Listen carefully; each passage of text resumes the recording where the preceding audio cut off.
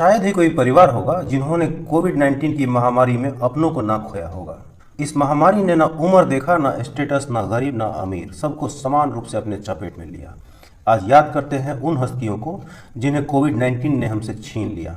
राहत इंदौरी, आधुनिक भारत का वह गीतकार और शायर, अक्सर अपने तल्ख शायरी और कटाक्ष से एंटी एस्टैब्लिशमेंट फैक्टर के रूप में अपनी आवाज बुलंद करते रहे।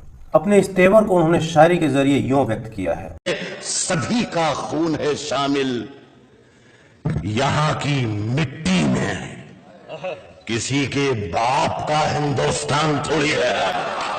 राहत इंदौरी कोविड पॉजिटिव हुए और कोरोना ने इस शायर को हमसे 11 अगस्त 2020 को छीन लिया। एसपी बाला सुब्रमण्यम का नाम आते ही ये मधुर गाने गूंजते। तेलुगु और हिंदी के महान गायक अपने कर्णप्रिय विशेष आवाज के लिए पूरे भारत में लोकप्रिय थे और 50 साल से भी अधिक समय उन्होंने गायकी में बिताई। जून 2020 को अपने मौत से कुछ ही महीने पहले उन्होंने एक गीत गाया जो कोरोना वॉरियर्स जैसे डॉक्टर्स, पुलिस, नर्स और स्वास्थ्य कर्मियों को समर्पित था। 5 अगस्त 2020 को एसपी बाला सुब्रमण्यम कोरोना पॉजिटिव हुए और एमजीएम हेल्थ केयर चेन्नई में भर्ती कराए गए। उनकी स्थिति लगातार बिगड़ती गई और तमाम मेडिकल फैसिलिटीज प्रशंसकों की दुआ के बावजूद 25 सितंबर 2020 को वो इस दुनिया को अलविदा कह गए। चेतन चौहान, 70 के दशक में सुनील गावस्कर के साथ इंडिया के लिए ओपनिंग करने वाले भारत के महान क्रिकेटर, प्रशासक और राजनेता चेतन चौहान कोरोना संक्रमित पाए जाने के बाद अस्पताल में भर्ती कराए गए। इसी दौरान किडनी में संक्रमण बढ़ गया और उन्हें गुरुग्राम के मेदांता हॉस्पिटल में रेफर किया गया और यहीं पर इलाज के दौरान 16 अगस्त 2020 को उनकी मौत हो गई।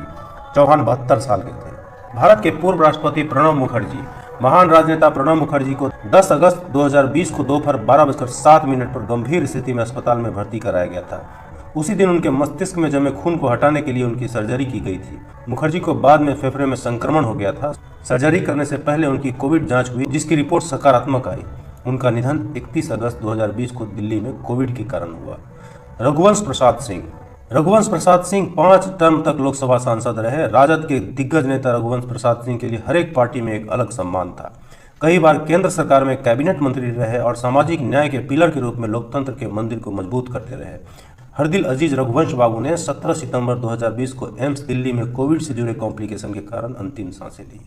अपने निधन से पहले उन्होंने राजद से इस्तीफा देते हुए लालू यादव को भावनात्मक पत्र लिखा था जिसमें उन्होंने अपनी ही पार्टी के जूनियर नेता और लालू के पुत्र तेज प्रताप यादव द्वारा अपमानित और साइडलाइन किए जाने की बात करी थी और यह कहते हुए इस्तीफा दे दिया था।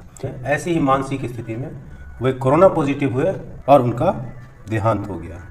तरुण गोगोई, कांग्रेस के दिग्गज नेता, 6 टर्म एमपी, असम के इतिहास में longest serving CM Tarun Gogoi 25 अगस्त 2020 को कोरोना पॉजिटिव हुए और 23 नवंबर 2020 को गुवाहाटी में उनका निधन हो गया।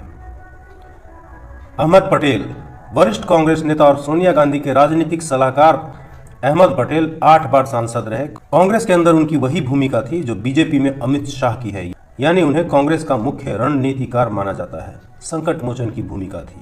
वो कांग्रेस के कोषाध्यक्ष भी रहे। सांस में तकलीफ के बीच वो कोविड पॉजिटिव हुए और 25 नवंबर 2020 को गुरुग्राम के मेदांता हॉस्पिटल में कोविड के ही कारण उनका निधन हो गया। टीवी जर्नलिस्ट रोहित सरदाना शायद कोविड के सबसे युवा शिकार थे जिन्हें कोविड के चलते मात्र 41 साल की उम्र में जान गंवानी पड़ी। जी न्यूज़ और आज तक में अपने बदौलत क्रमशः ताल ठोक के और दंगल जैसे लोकप्रिय शो के सफल एंकर थे। एक राष्ट्रवादी पत्रकार के रूप में बड़ा फैन बेस था उनका, एक बड़ा सा फैन फॉलोइंग था उनका। इतने कम उम्र में परिवार और छोटे बच्चों को छोड़कर जाना रोहित सरदाना के परिवार के लिए भावनात्मक रूप से काफ़ी अधिक असहनीय था। ईश्वर करे कोरोना के रूप में जो महामारी हमने झेला वो दौर अब दोबारा कभी ना देखने को मिले। तो दोस्तों, आज के लिए बस इतना ही। नेक्स्ट वीडियो में किसी और टॉपिक के साथ मिलते हैं, तब तक के लिए शुक्रिया।